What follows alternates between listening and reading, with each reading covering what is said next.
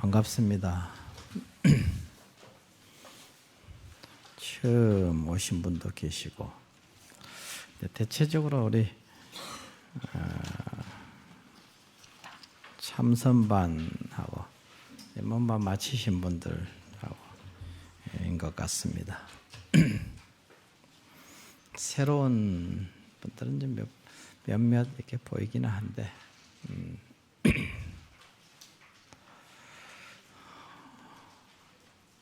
이 화엄경을 작년에 육품을 했습니다. 육품 이제 세주묘원품부터 이제 비로자나품까지 하고, 이번에 이제 1년은 이제 원각경 마치고 1년 했습니다. 그리고 이제 나서 올해 또 9월부터 또 화엄경 이제 또 여기 열애명호품, 그다음에 육품 할 겁니다. 이게 열애명호품하고 차례 보면 이제 나오죠. 열애명호품 있죠. 차례. 다음에 사성제품, 그리고는 광명각품, 보살 문명품, 정행품, 현수품, 여기서 육품입니다. 이 육품을 이제 그래서 올 1년간은 요거 못하고 아마 이제 다음 육품까지 할 수 있을 것 같아요. 이거 한 권을 아마 이제 6개월 정도 잡고, 그 다음에 6개월은 그 뒤에 또 육품 할 겁니다. 보통 6664 급여 3 그 말 들어봤죠? 약창께서. 그래서 육품 이렇게 하거든요. 666 그 다음에 내품 이렇게 합니다. 그래서 이제 화엄경을 아마 다 마치기는 마칠 거예요. 이제 한 몇 년 걸리겠죠. 이게 아주 보통 불사가 아닙니다. 대작 불사지. 이렇게 다 100% 다는 하기는 어렵습니다. 근데 이게 편집해 가지고 하는 건데, 그래도 이거를 다 그 집안 다 보는 겁니다. 쭉 이어서 보는 거니까 이걸 볼 수 있는 기회가 이렇게 많지 않죠. 더군다나 신도님들이 이거를 다 본다는 것은 상당히 어려운 일이거든. 강의하기가 어렵고 보통 제대로 하려면은 저기 부산의 그 무비 스님 같은 경우는 부산에서 신도님들한테 하는데 30년을 한대요. 30년 불사. 스님들하고 이제 강의를 해도 10년 합니다. 10년 잡고 하거든요. 10년간, 30년간 살아있을는지도 모르지. 그러죠? 그만큼 이게 이제 화엄경은 이제 그래서 큰 대자 경해서 대경이라 합니다. 대경. 큰 경이라고. 그래서 스님들도 이제 강원에 가서 한 1년 이걸 하는데, 화엄경 그거 못 합니다. 그냥 그 대부분이 그냥 이게 해설서, 보통 현담을 이제 대체적으로 보고, 그리고는 이제 건둥건둥 막 뛰고 넘어가죠. 이렇게 자세히 못 봅니다. 여러분들하고 이제 저도 이제 여러분 덕에 자세하게 또 이렇게 화엄경을 볼 수 있으니까 여러분 덕이죠, 뭐. 여러분이 또 이렇게 오셔서 강의를 또 들으니까, 저도 이제 이것을 화엄경을 따로 홀로 보려면 이게 보통 일이 아니거든. 근데 여러분하고 강의를 일주일에 한 번씩 계속 하니까 이걸 볼 수 있는 것이지, 나같이 게으른 사람은 이거 못 볼 거야. 다 서로 덕입니다. 여러분, 저는 여러분 덕에 이걸 다 끝까지 다 볼 수 있었고, 여러분은 또 저하고 여기 이 도량 덕에 이제 또 다 이렇게 볼 수 있고, 이거 한번 다 본다는 것, 스님들도 이게 다 못 보는 겁니다. 대체적으로 다 보기 어려워요. 예. 전문적으로 이제 출가해가지고 공부하는 스님들도 이 경을 제대로 다 못 봅니다. 보는 사람이 드물거든. 그러니까 요 경을 이제 한번 쭉 볼 겁니다. 한 3년 아니면 이제 4년, 길으면 4년 좀 하면 끝날 것 같아요. 그다음에 열애명호품은 열애명호품하고 사성제품, 광명각품 요 세 가지 세품은 화엄경은 사실은 이제 신해행증 이렇게 되어 있습니다. 구조가. 화엄경뿐만이 아니라 모든 경전이 사실 신해행증으로 되어 있습니다. 신. 그다음에 해행증 이럽니다. 그래서 맨 처음에 이제 요걸 보면 되는 거예요. 이거 제 2페이지 이쪽 한번 봐보세요. 화엄경 표 또 봅니다. 요거는 이제 자주 이렇게 보는 까닭이 요걸 알아야 전체적으로 이제 구조를 아니까.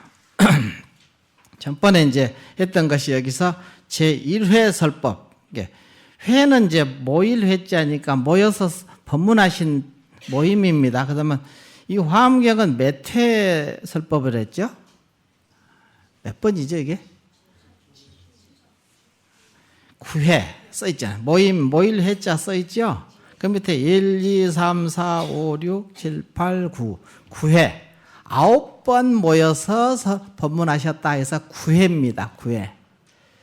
9회인데 9번 모여서 공부를 하셨지만, 이제 그 보광명전에서 공부하신 것이 3번이 나오거든요. 9회 중에서. 그럼 뭐예요? 몇 번이죠?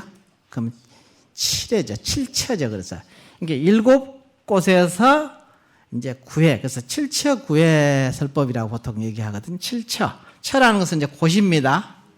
7곳에서 이제 9번 설법했다. 그래서 7처 9회 이렇게 얘기합니다. 보통 이제 화엄경 할 때. 그런 얘기는 아마 스님들한테 법문은 좀 들었을 거예요, 여러분이. 7처 9회라는 말. 근데 이게 이제 이렇게 되는 거죠. 제1회 설법은 전번에 비로자 세주묘원품에서 품명 보면 나오죠. 품명 보면은 제6품까지 세주묘원품, 열애현상품, 보현삼매품, 세계성취품, 화정세계품, 비로자나품 여기까지 이제 제6품은 작년 1년간 했습니다. 요거를. 여기 제일 어렵다고 그래요. 이 1회가 제일 어렵습니다. 요거. 왜냐하면 부처님 지에서 한 거예요. 그래서 이 부분을 이제 오주인과 옆에 보면 오주인과 있죠. 그러면 거과 권락 생신분 이렇게 놓았거든요. 거과 권락. 걸은 이제 들어서 뭘 들었느냐? 과를 들어서 했는데 과라는 건 뭐냐? 불과합니다. 부처님께서 이제 성불 했으니까 불과할 거 아니에요? 불과를 들어서, 그러니까 부처님께서 과를 이제 불과를 얻었잖아요. 그러니까 불과를 들어서 부처님의 불과의 입장에서 이 법문을 하신 거예요. 세주무용품, 열애현상품, 보현삼매품, 세계성취품, 화장세계품, 비로자나품은 이게 이제 부처님의 그 불과, 성불한 그 입장에서 시설한 법문입니다. 그러니까 과를 들어서 그래서 거과 그랬죠. 그 한문 그대로 하면은 그래서 불과를 들어서 그다음에 권락 뭐냐 즐거움을 권해. 즐거움을 권한다는 것은 뭐냐면 권락이니까 권할 권자 즐거울 낙자잖아요. 너희들도 이렇게 나같이 성불하면 이 세상이 기지경고하고 온 땅이 그냥 광음으로 화정장엄 세계더라. 요걸 얘기해 주는 거야. 너희들도 나중에 다 성불하면 다 볼 것이고 알 것이다. 이거야. 이러한 세계가 있다. 그대로.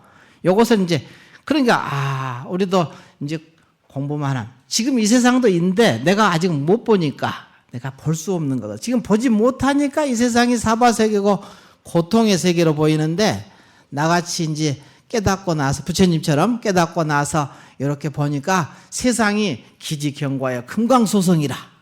참 뭐 금강으로 돼 있더라 이거야. 온통 그냥 다이아몬드로 돼 있고 칠보로 돼 있고 온통 세상이 칠보로 가득 차 있더라 이거야. 요거 이제 얘기를 해주는 것이, 야, 그러니까 권락이야. 즐거움을 권하는 거야. 이렇게 좋은 것을 권하는 거지. 야, 이렇게 좋은 거 있단다. 너희들도 좀 해봐라 이거지. 이게 즐겁게 권하는 거야 이제. 이렇게 좋은 것을 권하는 거지 부처님께서. 그래서 그과 권락 생신 믿음을 내게 하는 거야. 이 법문을 듣고 여러분이 믿음이 이제 나오게 하는 거야. 아, 참으로 나도 믿고 이제 해봐야지. 이런 이제 의도를 가지고 이 육품은 이제 사실은 이 부분이다. 거가 권락 생신분이라고 합니다. 그래서 그 다음에 밑에 보면 오주인과 밑에 무슨 인과 있어요? 차별인과 있죠. 차별인과 중에서 이게 이제 뭐냐면은 차별인과라는 것은 이제 차별이 있거든. 십신, 십주, 십행, 십회양, 십지 이렇게 점점점 차별적으로 점점점 진수 닦아서 올라가는 거야. 맨 처음에는 그래서 도리천에서 법문하셨지. 도리천. 여기 이제 보강명전에서 법문한 것은 이제 오늘 할 겁니다. 이제 오늘 보강명전에서 장소 있죠? 보면은 장소 보면 맨 처음에는 법보리장은 어디겠어요? 거기는 이제 그 부처님께서 깨달으신 그 보리수나무 아래 그 부다가야 그곳입니다. 그리고 보강명전은 뭐냐? 법보리장에서 깨달으셨는데 보강명전에서부터 이제 본격적 설법을 하시거든. 보강명전은 그 법보리장에서 한 3리 떨어진 곳에 이 물가회사가 큰 이게 정자같이 아주 그냥 광명전으로 이렇게 정각이 탁 세워져. 누가 세웠느냐? 이제 용이 세웠다 그래. 용. 그 부처님께서 어디서 목욕하고 보리수 아래 가서 들어갔죠? 부처님께서 고행하시다가 고행 이제 그만두고 목욕하러 갔잖아요. 가가지고 그 누구한테 유미죽 받고 그랬죠? 그거 들어봤죠? 니련선화라는 곳에서 목욕하셨죠? 고행을 하는 사람 목욕하면 안 됩니다. 근데 부처님께서 목욕을 하셨거든요. 목욕하고 이제 고행해가지고는 도대체 안 되겠구나. 이 생각이 이제 지혜가 생긴 거지. 그러면서 이제 목욕하고 나니까 기운이 없어서 이렇게 목욕하고 나니까 얼마나 고행을 하고 이제 고행상 보셨죠? 이렇게 보면은 아주 그냥 심할 정도로 고행을 했는데 그게 기운이 없으니까 옆에서 이제 쉬고 있는데 그 누구죠? 처녀가 수자타. 여러 사람이 있으니까 지혜가 있다니까. 여러 사람이 있으니까 지혜가 많지요. 내가 모르는 것은 여러분이 착착 얘기해 주고. 수자타라는 그 처녀아이가 그 이제 유미죽을 이렇게 끓여가지고 우유로 이제 죽을 끓여가지고 부처님께 올렸거든. 가장 큰 공덕이 되는 것이 두 가지라고 그래요. 공양 중에 제일 큰 공양을 받은 게 유미죽 공양 받은 거하고, 그 다음에 열반에 드실 때 그 누구한테 열반에 받았나? 응?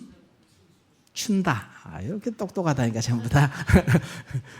춘다라는 사람에게 공양을 받아가지고 그때 그걸 드시고 이제 돌아가시게 이제 되는 거예요.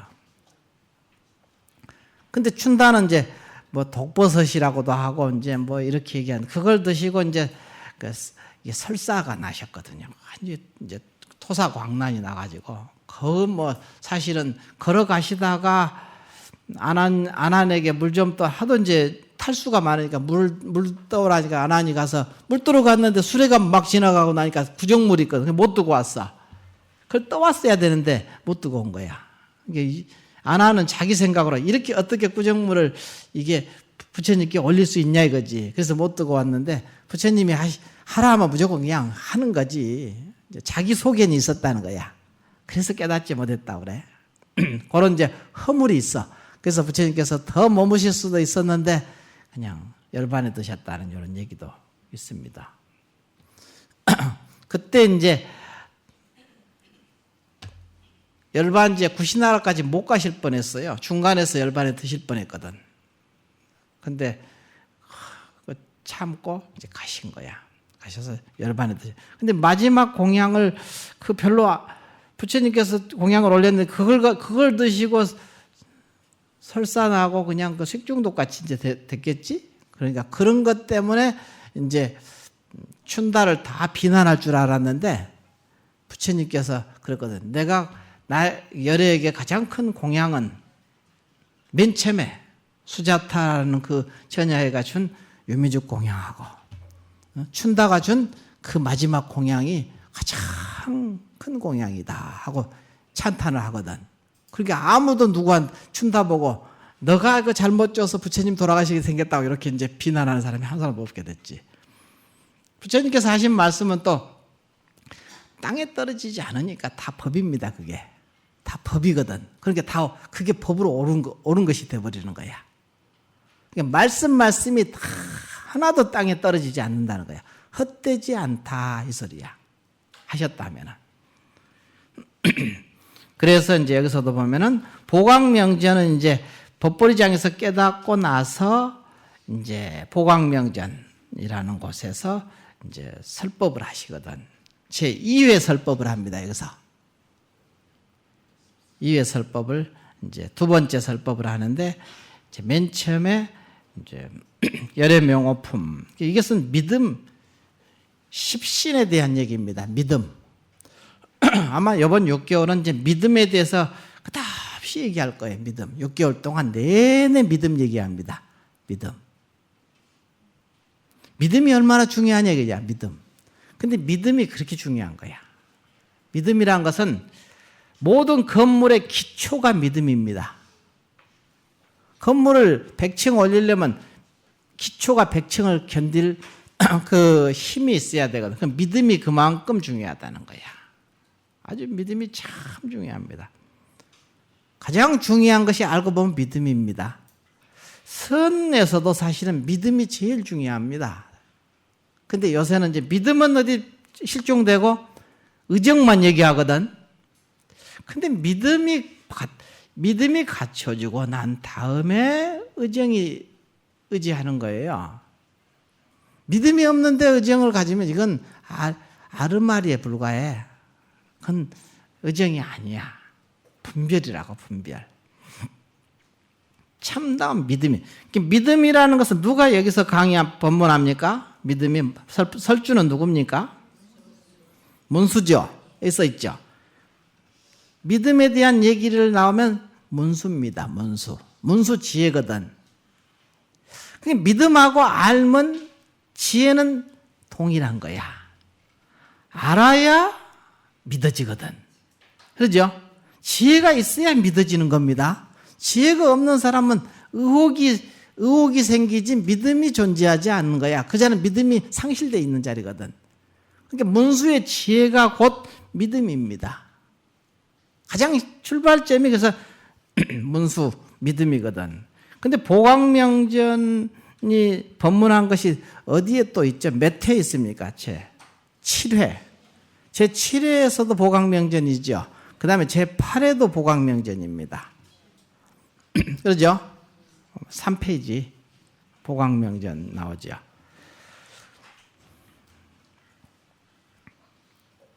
이게 뭐냐면 이제 믿음이 문수가 시작하는데 사실은 마지막에 끝도 결국은 믿음이라는 소리야.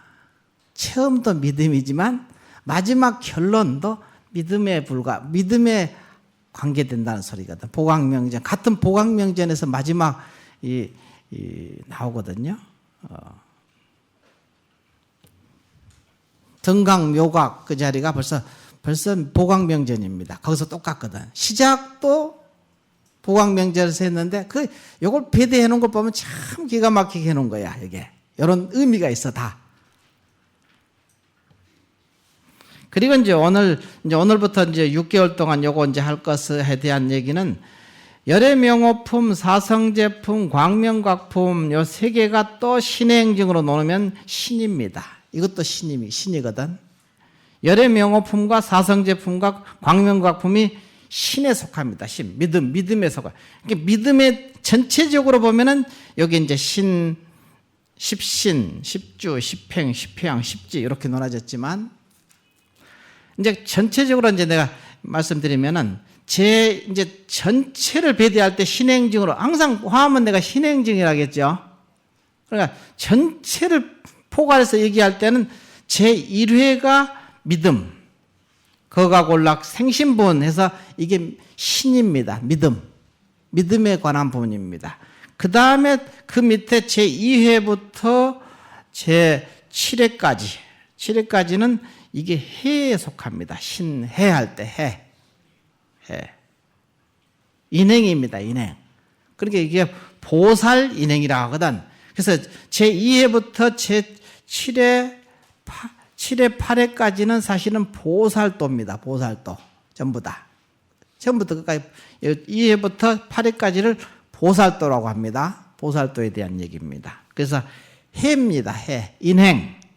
인행에 대한 해. 그리고 나서 제 8회는 신해, 그 다음에 행이야, 행. 행입니다, 이게 행. 그 다음에 성행인과, 그래서 성행인과, 그래서 성행인과라고 하는 거야. 그 다음에 제 9회가 증. 그래서 신해, 행증할 때 이렇게 전체를 분류할 때는 또 이렇게 신행증을 이렇게 분류되고, 이제 오늘부터 이제 강의할 것, 이 육품을 다시 신행증으로 배대해서 분류할 때 항상 신행증입니다. 할 때는 열의 명호품, 사성제품, 광명박품이 여기에 신에 속합니다. 신. 제 2회 설법. 그 다음에 보살 문명품이 해에 속하고 정행품이 행에 속하고, 행이니까 정행품이잖아 벌써. 행에 속하고. 그 다음에 현수품이 증에 속합니다. 신해, 행정. 이렇게 이제 분류해서 보면 여러분이 이제 화엄경이 눈앞에 이제 이렇게 싹 분류가 되는 거야. 너무 방대해가지고 어느 구석으로 들어간지를 모르고 나중에 헤매거든. 이거 이제 그냥 알게 되죠. 그래서 이것은 이제 대충 이렇게 해놓고 이제 오늘 이제 들어갑니다. 자, 제 8조 열의 명호품.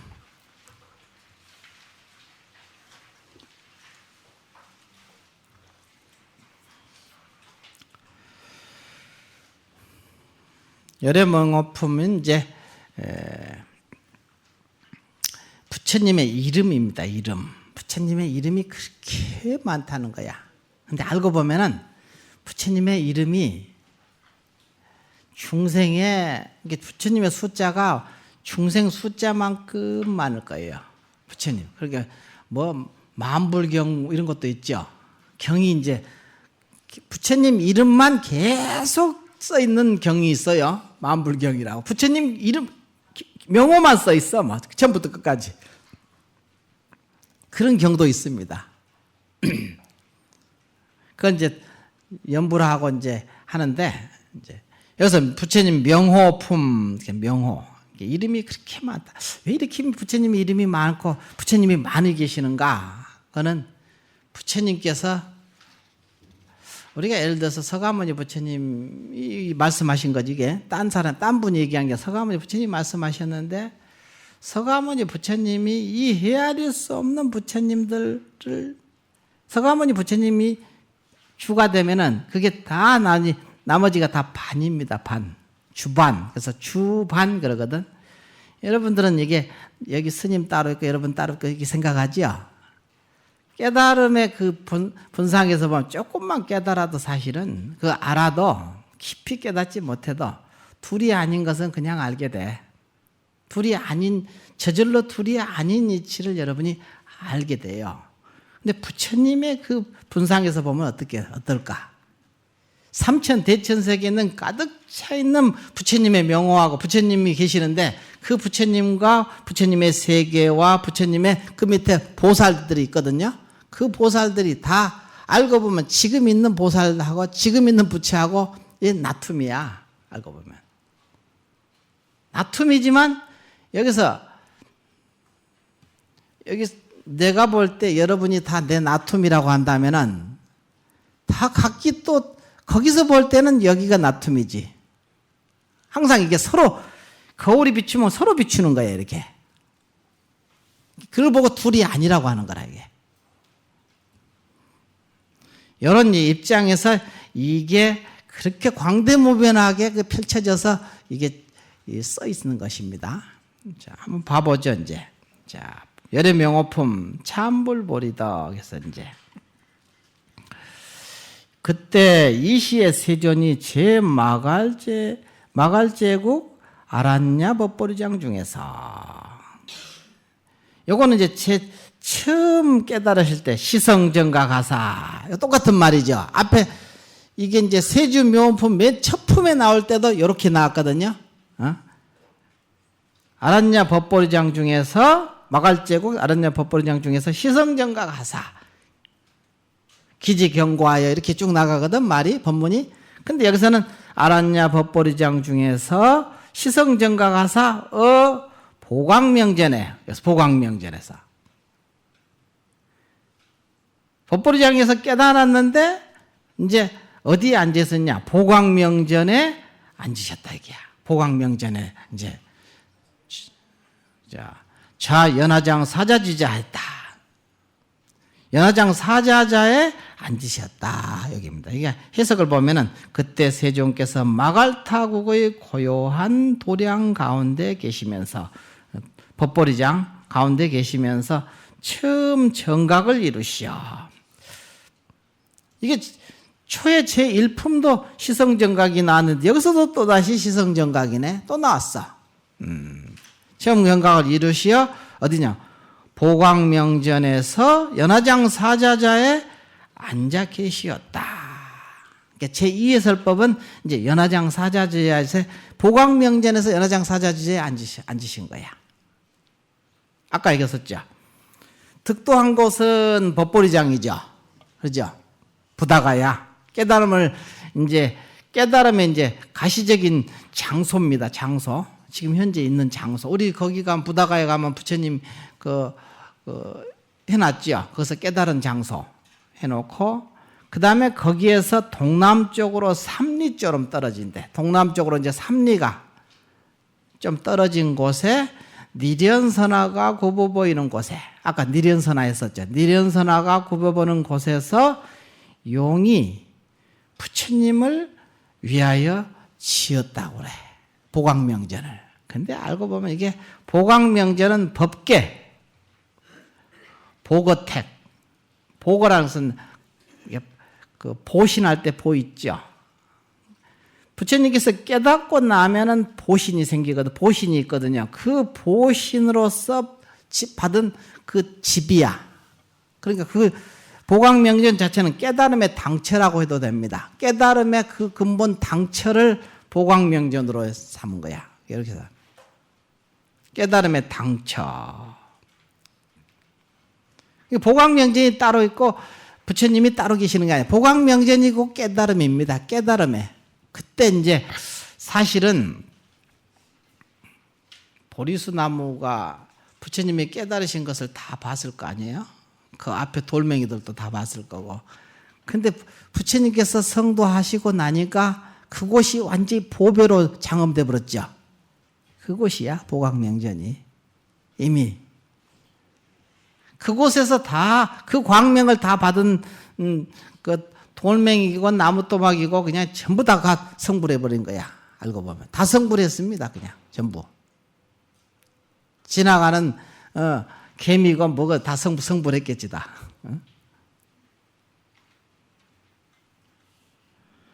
이게 이제 보광명전이라는 의미를 여러분이 한번 생각을 해보시라는 거야.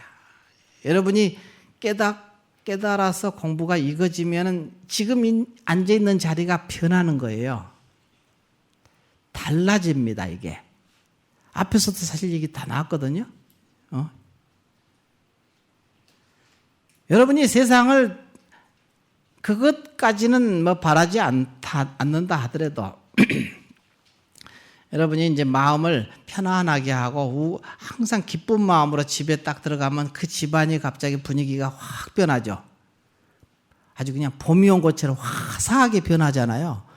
찡찡하고 그냥 이렇게 마음이 그냥 침침하던 그 마음들이 가지고 있다가 갑자기 밝은 광명을 가진 사람이 아주 밝은 사람이 들어가면 그냥 전부 다 한꺼번에 다 밝아져 가지고 웃음꽃이 피고 그냥 좋죠. 따뜻한 봄날처럼. 이게 그냥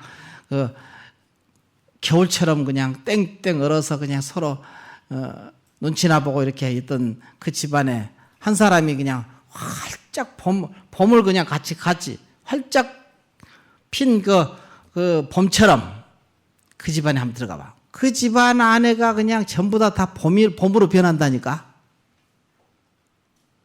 부처님께서 깨달아 버리니까 그곳이 다 그냥 깨달음으로 변해버린다니까요, 그게. 그런 말이에요. 이제 이해하기 좋게 하기 위해서 여러분 이 비유를 들은 겁니다.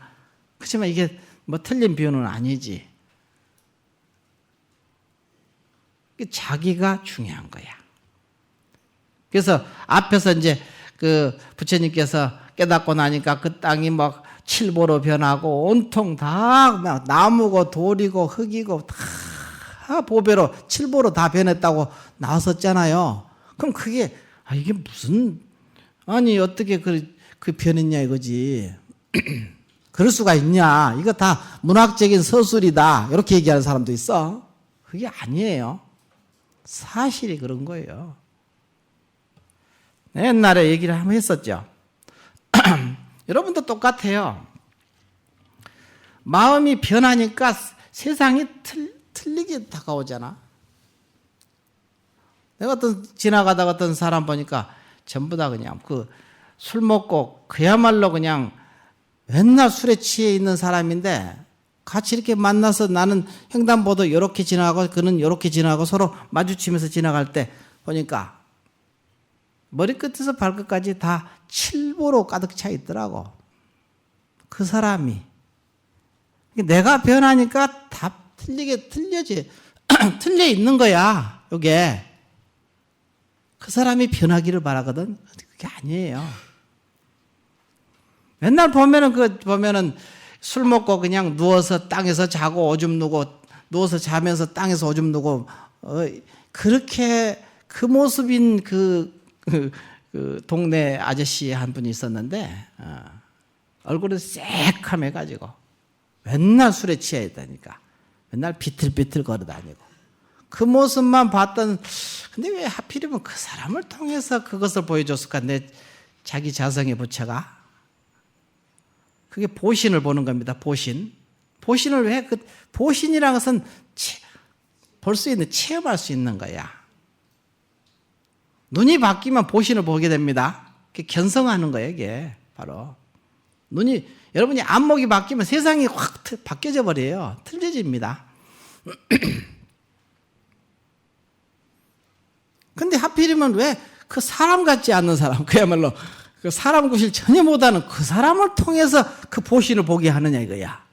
더 훌륭한 사람도 많은데 그 훌륭한 사람 통해서 보면은 그 고정관념을 깨기 위해서 훌륭한 사람이니까 당연히 그러겠지 이렇게 받아들이고 또 우습게 하찮은 사람들은 또 우습게 생각하고 둘러보니까 이게 가장 못나고 사람 구실을 못한다고 생각을 하고 분별을 내가 안 한 것 같았는데 그때 보니까 분별을 했더라고.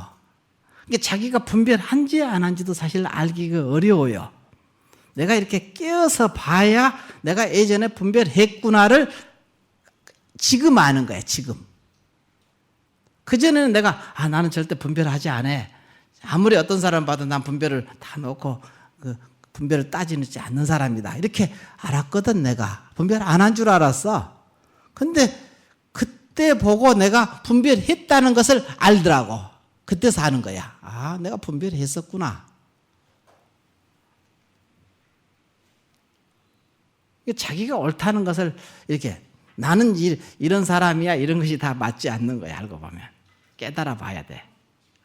보신을 체험해봐야 여러분이 진짜 내가 어디에 서 있는지, 어떻게 지금 걸어가고 있는지를 확연히 점검할 수도 있지. 그렇지 않으면 내가 나를 점검하기도 어려운 겁니다. 뭐 점검 못해요.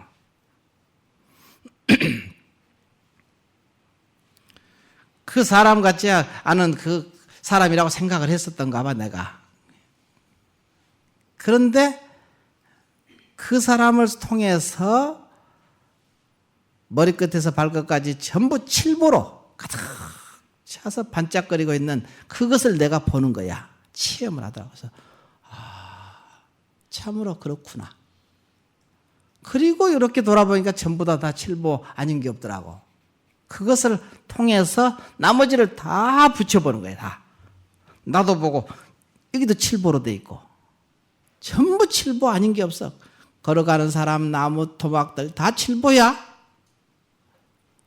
이야, 그렇구나. 참으로 그렇구나. 이게 이제 아는 거야. 확연히. 처음에는 내 눈을 의심했다니까. 눈을 비비고 내가 아침부터 헛것을 보나 이랬다니까.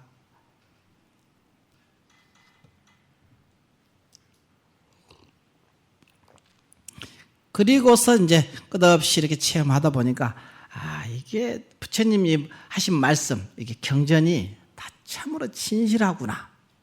단 한마디도. 이걸 내가 다 할 수는 없지만 보면은 그렇구나. 받아들이게 믿어지는 거야. 아까 있었어. 믿음은 알아야 믿는다겠죠. 지혜가 없으면 믿음이 안 생긴다겠죠. 그래서 믿음이란 것은 그래서 문수의 지혜거든. 문수의 지혜가 있어야 믿어지는 겁니다. 문수의 지혜가 없으면 믿어지질 않아요. 믿음이 서지 않습니다. 믿음이 서면은 또 체험을 하는 거야. 견성하게 되는 거야. 그래서 십신만심이면은 믿음이 완전해지면은 십주 초주에 들어간다. 십신, 십주 그러죠. 십신, 십주, 십행, 십회양. 이번 육품은 내가 이제 십신에 대한 얘기입니다. 요거. 그 다음에 요 6개월 뒤에 이제 육품 하는 것은 십주에 관한 부분입니다. 십주. 그 다음에는 십행. 그 다음에는 십회양, 십지. 이렇게 나가는 거죠. 이게 공부의 단계 없는 단계를 얼마나 자세하게 분명하게 시설해 놨는지 몰라요.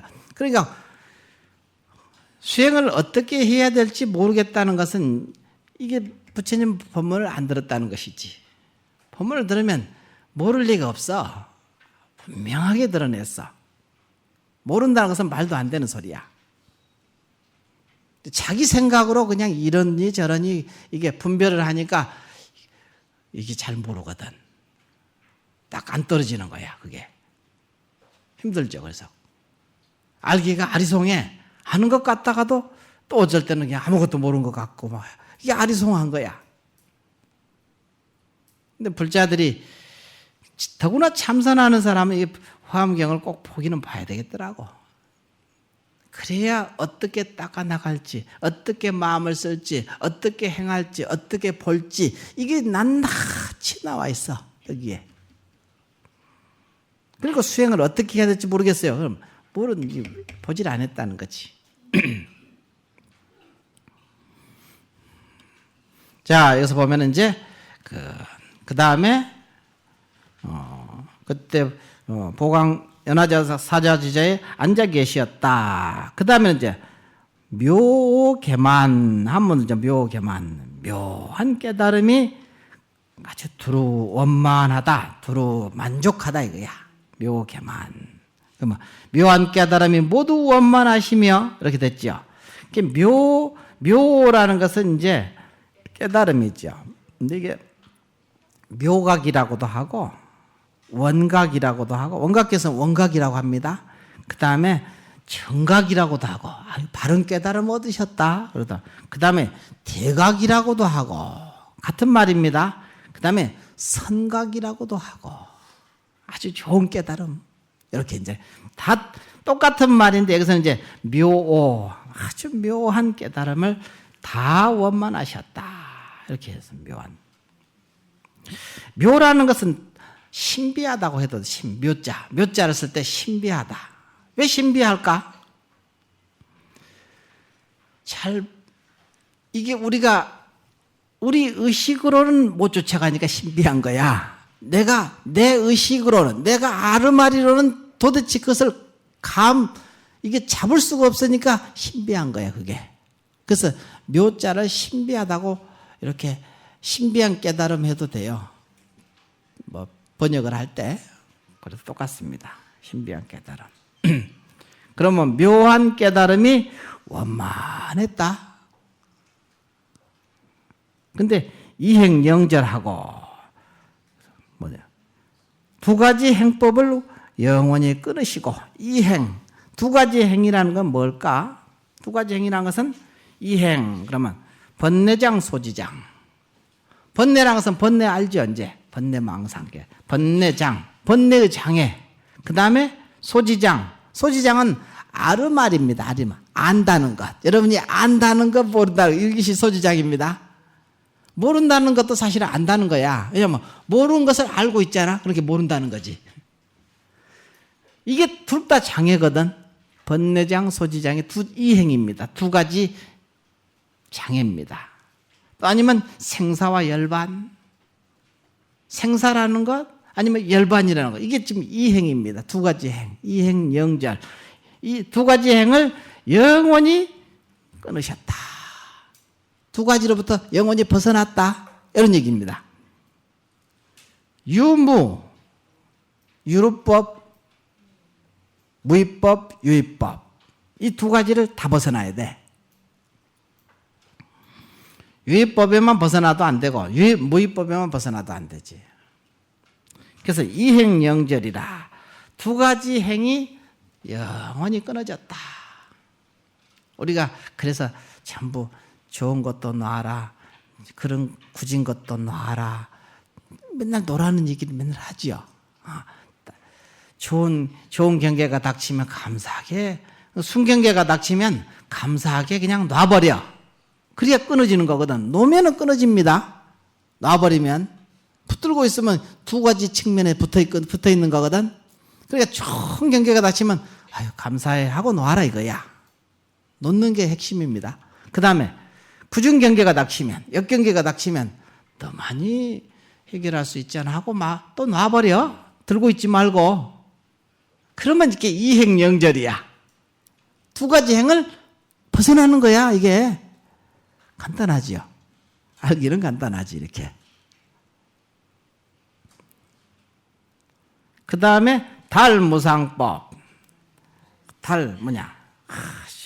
모양 없는 법, 무상법이죠. 무상법을 통달하시며 이렇거든. 무상법. 상이 없는 법, 모양 없는 법을 통달하셨다. 모양 없는 법이라 뭐 재행무상이라. 보통 재행무상할 때 무상이 있죠. 그것도 무상입니다. 재행무상. 그러면 모양 없는 법이라는 게 이 모든 모양을 이룬 것은 항상 한 게 없다. 이게 항상 변화무쌍하다. 근데 이것을 알게 되면 제법무아, 나라는 게 없는 걸 알게 된다. 우리는 나라는 것을 이 몸뚱이하고 이 마음을 나라고 생각하죠. 굳게 믿습니다. 지금 현재 이 몸과 마음이, 이것은 이제 원각경에도 끝없이 신심 그랬죠. 몸과 심, 마음, 이것이 환화와 같다. 그렇게 맨날 얘기했었죠. 신심이 환화와 같음을 알아라. 신심, 몸과 마음이란 놈은 환화, 실체가 없다는 것을 알아라. 이게 사실은 원각에서 제일 중요한 부분이거든요. 신심이 환화라는 거를.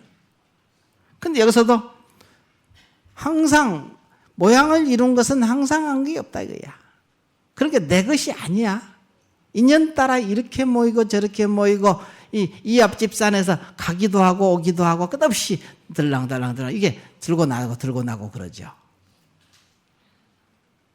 이 몸뚱이를 이루고 있는 여러분이 어제도 돼지고기도 먹고 소고기도 먹고 그냥 아니면 김치도 먹고 쌀밥도 먹고 다 먹었잖아요. 뭡니까? 김치가 나고 쌀이 나고 돼지가 나고 소가 나고 자기라는 것이 전부 취해서 자기가 됐죠. 지금 바깥에 있는 물건이 다 자기 속으로 들어가서 자기가 됐잖아요. 그럼 돼지가 나라고 안 할 수 있나?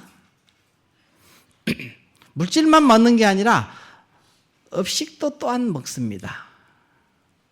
받아들이면 두 가지를 다 받아들입니다. 우리는 물질만 받아들인다 생각하는데 천만의 말씀. 업식도 분명히 받아들입니다. 돼지 업식을 받아들이는 거예요. 그럼 돼지가 곧 나가 됐죠. 근데 알고 보면은 이게 입으로만 먹는 게 아니라 눈으로도 먹어. 눈으로 이렇게 보는 게 먹는 겁니다. 눈으로도 먹고, 코로도 먹고, 감초로 먹고, 생각으로 먹고, 이게 눈, 귀, 코, 혀, 몸뜻으로 이렇게 먹어서 취해서 나를 이룬 거야. 이게 업식이죠. 머리끝에서 발끝까지 누구냐 이거야.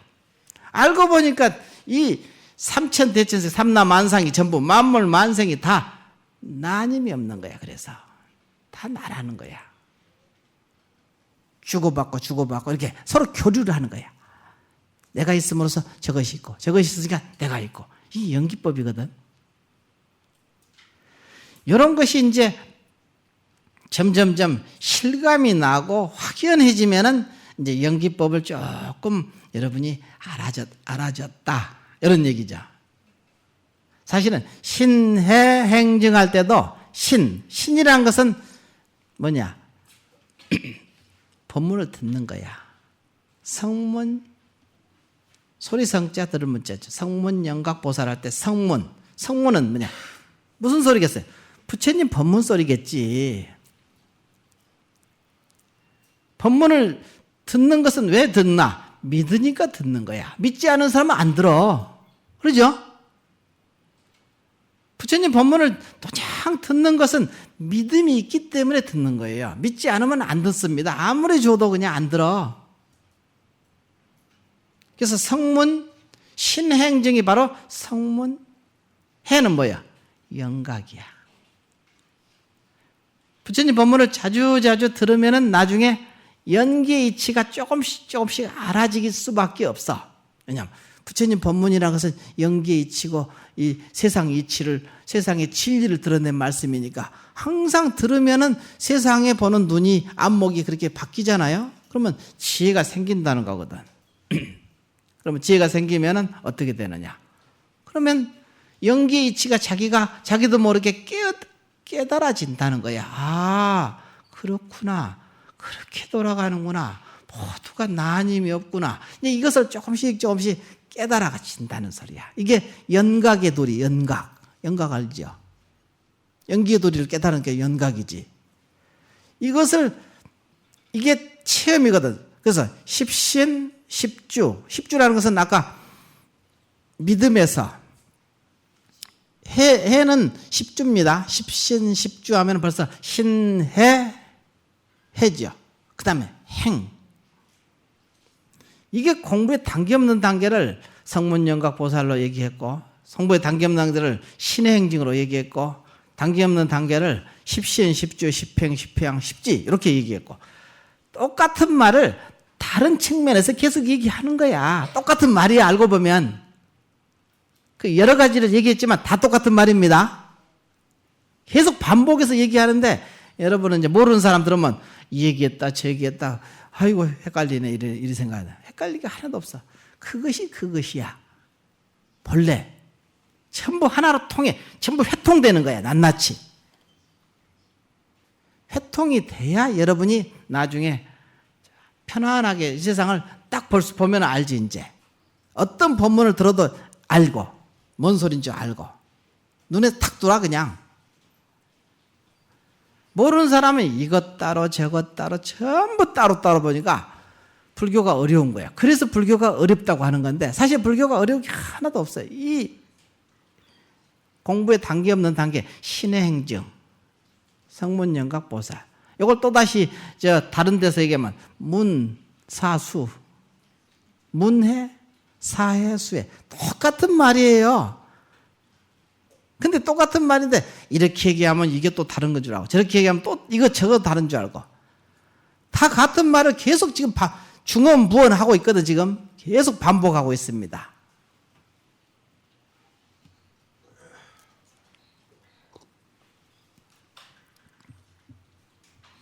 진리라는 것은 하나이기 때문에 그것을 어떻게 요리해서 내느냐 이 문제야. 그러니까 공부를 여러분 이제 해 나가는데 아까 얘기했듯이 신해 행 하면 이제 지혜가 실제로 체험해서 안다 해서 사실 이게 자기 것이 아닙니다. 지금 우리는 십신에 대한 부분을 우리가 하고 있지만 나중에 다시 육품할 때 해를 할 겁니다. 십주품을 할 겁니다. 근데 안다게도 자기 것이 온전히 된 건 아니에요. 알았다 해서 이것이 온몸으로 자기화된 것, 체화된 것을 자기 거라고 하지. 그러죠? 그러면 십행법문에 들어갔다 하면은 벌써 이제 완전히 지혜가 예전에 십신의 단계보다 십주의 단계보다 십행의 단계가 훨씬 지혜가 더 깊겠지. 그러겠죠? 지혜라는 게. 그 다음에 십회양에 들어가면 십지에 들어가면 완전히 정득된 상태니까 그거는 더 이상 흔들림이라는 것은 불가능하지. 지혜가.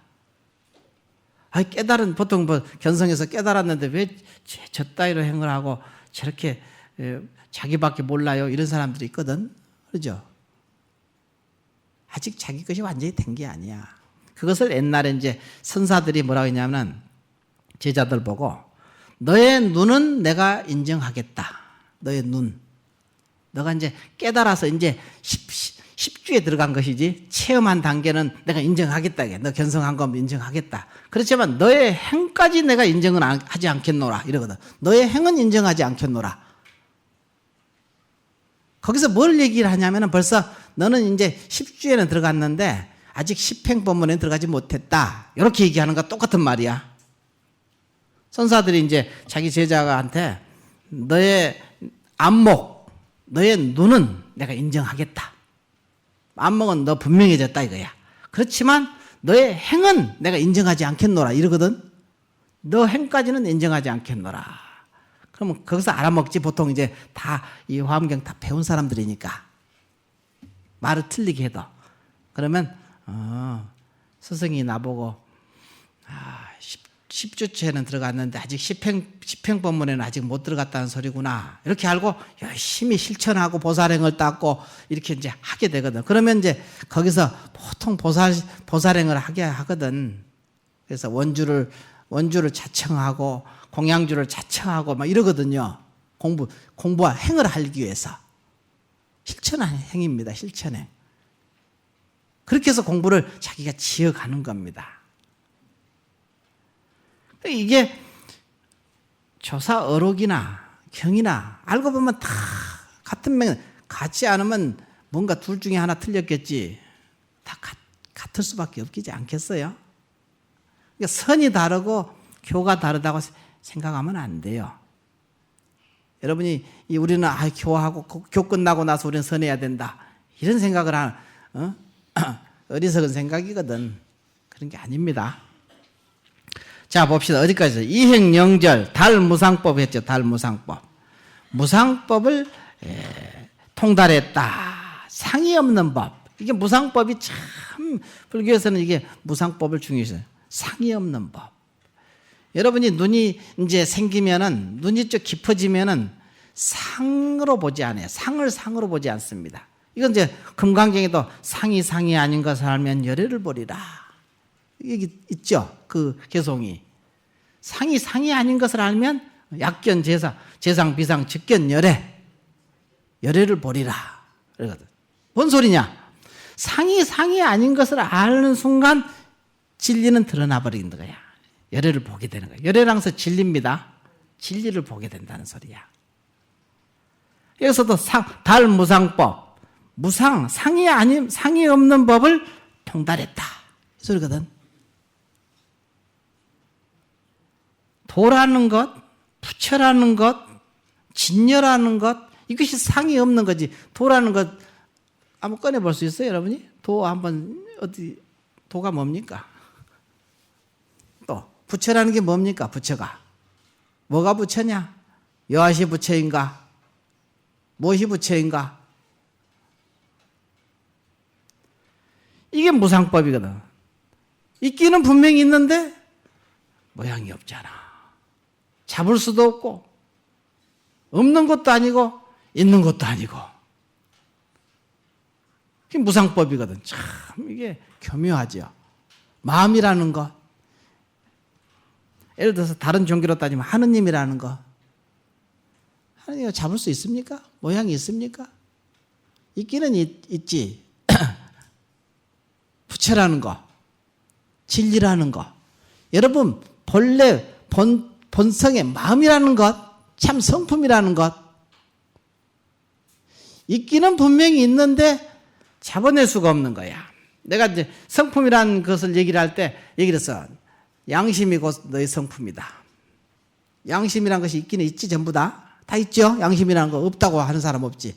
근데 양심이라는 놈이 남자냐, 여자냐? 남녀가 있습니까, 양심에? 양심이라는 놈이 악한가, 선한가? 그놈이 큰가, 작은가? 그놈이 어떻게 생겼나? 모양을 잡아낼 수가 없죠. 양심이란 놈이 있기는 분명히 있는데 모양도 없고 모습도 없고 형체도 없고 나이도 없고 시간도 없고 공간도 없고 다 없는 거야. 근데 있어 분명히. 이게 뭐냐? 무상법이야. 이것을 통달했다는 거야. 달무상법이라.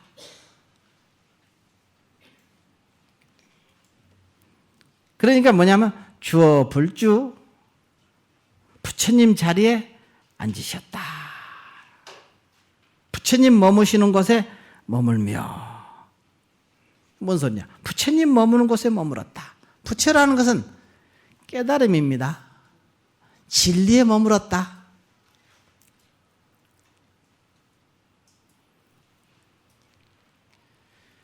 진리 그 자체를 깨달음에 머물렀다 이거야. 여러분이 스스로 깨달아서 그 자리에 머물러 있다. 주했다 이거야. 부처 자리에 머물렀다. 그러면 득불평등. 평등, 부처님과 평등하시며, 그러니까 부처님하고 평등한 자리다. 진리와 하나가 됐다. 도무장처. 장애가 없는 곳에 이르렀다. 장애가 없는 곳에 이르렀다. 그게 장애가 없겠지. 왜냐하면 그 자리는 절대의 자리니까. 불가 전법이라 굴릴 수 없는 법을 굴리며, 불가 전법, 굴릴 수 없는 법을 가히 굴려. 굴릴 수 없는 법이라는 게 또 무슨 소린가? 본래 이미 가지고 있으니까, 본래 가지고 있기 때문에 굴릴 수 없는 법이라고. 왜냐하면 그게 이제 보통 이걸 얘기할 때 외도들은 굴릴 수 없는 법을 이렇게 얘기하는데 그건 또 상대적인 얘기야. 그런 얘기는 안 맞아. 이 손가락을 잡을 수가 없죠. 이 눈동자가 자기 눈동자를 볼 수 있습니까? 이 눈동자가 자기 눈동자를 볼 수 없고, 물로 물을 씻을 수가 없고, 금으로 금을 살 수가 없고, 이렇게 표현하거든. 요 말을. 어록에서는 금으로 금을 살 수가 없고, 물로 물을 씻을 수가 없고, 이 손가락을 잡을 수가 없고, 이 눈동자를 볼 수가 없고, 그걸 보고 여기서 얘기하는 불가전법이라. 굴릴 수 없는 법을 굴리는 거야. 뭔지 알겠죠?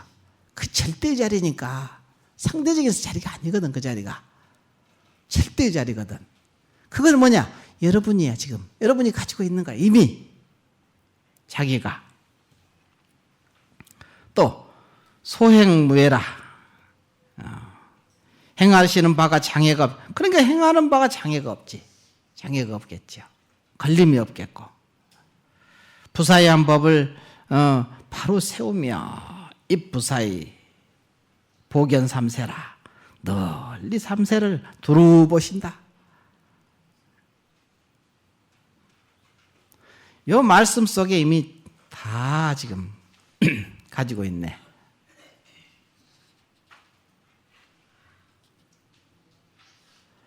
그리고 이제 구쪽 맨 꼭대기 한번 보죠. 이거 그죠?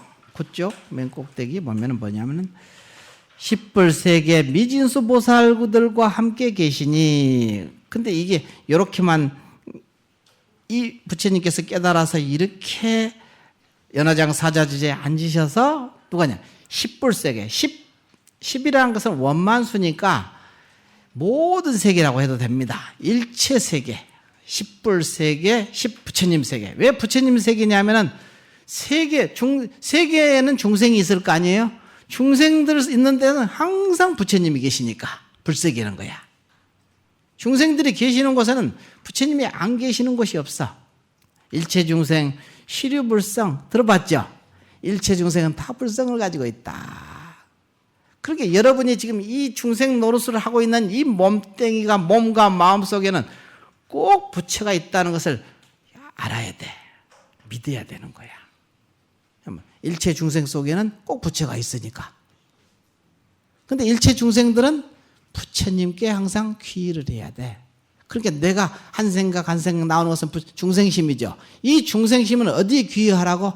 부처님께 귀의해. 자기 자불, 자기 안에 있는 부처님께 귀의를 해야 되는 거야. 그 소리야. 그래서 일체 중생은 부처님께 귀의하라.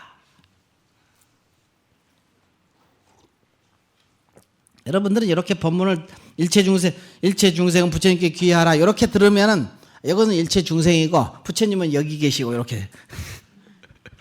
그러니까 영 핀트가 안 맞아. 그러니까 계속 둘로 갈라져 가지고 이행영절이 안 되는 거야. 두 가지 행에서 벗어날 도리가 없어. 두 가지 행에서 벗어나야만이 그야말로 부처님하고 하나가 개합돼서 깨달아 들어가는데 계속 둘러보거든. 뭔 얘기라도 둘러보는 거야. 이게 가장 큰 고질병이야, 이게. 그래서 십불세계 미진수 보살들과 함께 계시니, 그래서 부처님 세계에 미진수, 티끌처럼 많은 보살들과 함께 계시니 모두 일생보처라. 일생보처 보살 알죠?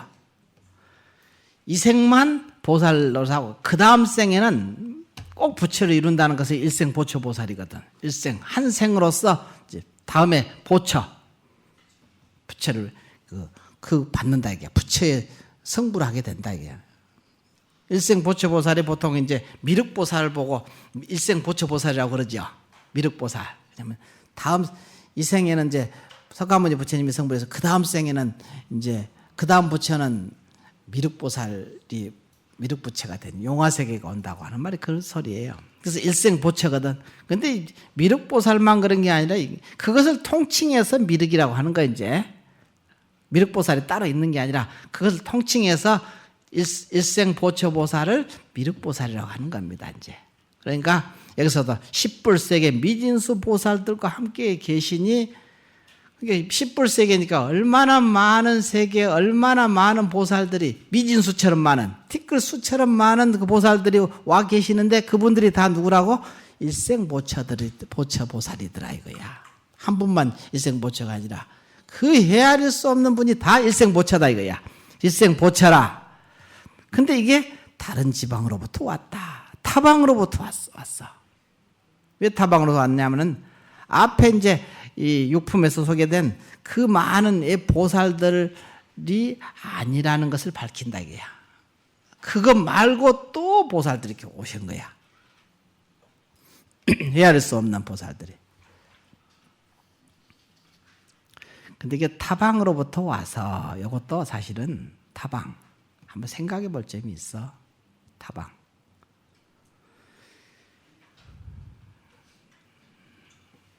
자, 함께 모인 이들이었다.